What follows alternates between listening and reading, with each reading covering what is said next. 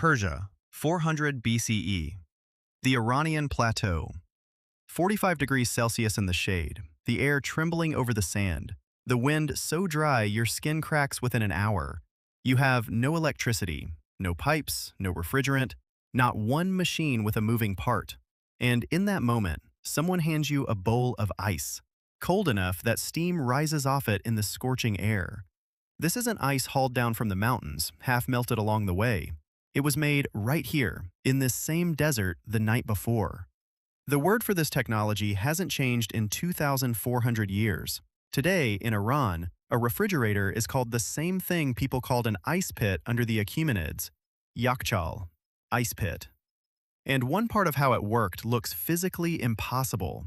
Water froze even when the air around it stayed above freezing.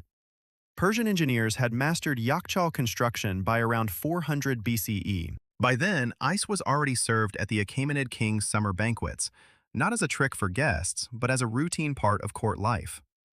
3 centuries later, the Roman writer Pliny the Elder noted that Persians stored ice as casually as other people stored salt.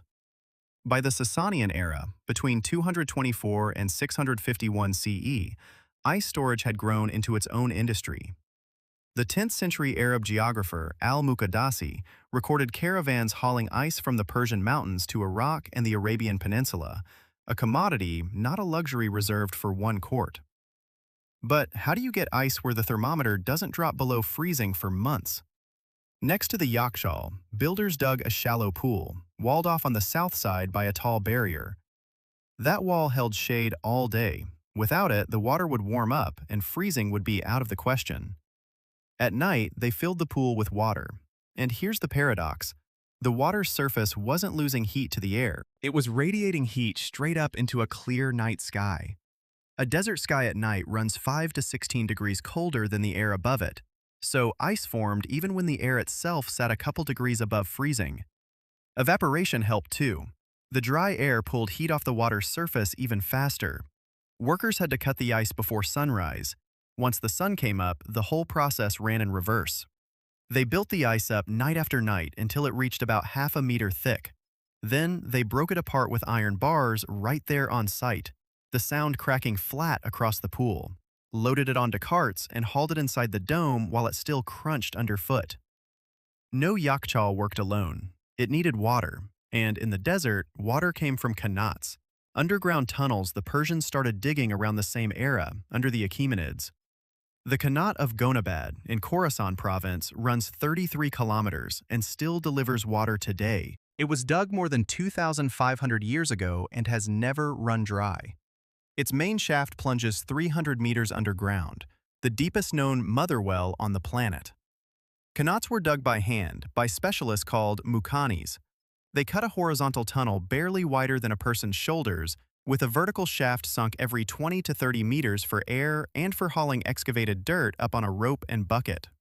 They calculated the tunnel's slope in advance, accurate to half a meter per kilometer. Too steep and the tunnel erodes, too shallow and the water stagnates.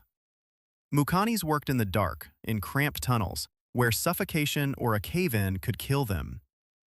That same water is what the badgirs, wind-catching towers, pulled down to the channels beside the yakhchal, where it cooled through evaporation and sank into the storage pit as cold air.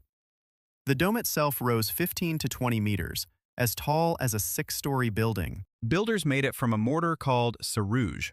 Sand, clay, ash, lime, goat hair, sometimes egg white.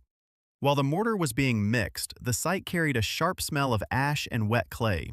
Workers trod it underfoot like grapes in a press. Once set, the mix was nearly waterproof and held heat outside for months. At the base, the walls ran up to 2 meters thick, a mass of clay too large to heat through in a single scorching day. The cone shape worked like a pump. Hot air inside rose to the peak and escaped through an opening at the very top of the dome, while cold air got pulled in through a low entrance at ground level. Underneath the dome, a pit dropped down, up to 5,000 cubic meters in volume. Ice went in there in layers, packed with straw between each one, so the blocks wouldn't fuse into a single mass, and so the straw would soak up whatever heat still leaked through the walls. Finished ice didn't just preserve meat and grain for the royal court. It went into falude, thin rice noodles frozen with rosewater and lime juice. a dessert so dense and crisp it gave the world the taste of ice cream thousands of years before anyone had a word for it. Ice sold in bazaars, got delivered to wealthy homes, traveled by caravan across the desert, an entire supply chain built around one cold bowl. Some yakhchals have stood for more than 500 years and remain structurally intact today. In 2017, the British engineering firm Max Fordham ran a computer model of a yakhchal's thermal performance just to check whether it actually worked without any hindsight assumptions built in. The math held up. A pool in Maybad, roughly 400 square meters, could produce up to 50 cubic meters of ice in a single winter. 3 million ice cubes from a modern freezer, made without a single watt of electricity. Nobody rebuilds yakhchals for ice today. Electricity is cheaper, but the principle behind them made its way back into architecture in hot regions. The same wind-catching towers now sit on new buildings in Dubai and Arizona, and conical shapes with a vent at the top get used for natural ventilation without a single air conditioner running. The difference is that Persian engineers never had a word for thermodynamics. They arrived at these shapes through centuries of trial in the same desert over and over. Persians didn't invent cold. They pulled it out of the night sky, hour by hour, winter after winter, and locked it inside a clay dome for an entire summer. You open your refrigerator door and don't think about it for a second. 2,400 years ago, getting the same result took walls 2 meters thick, a tunnel dug by hand through the dark for 33 kilometers, and workers who ran to the pool before sunrise, before the ice, born out of nothing, turned back into water.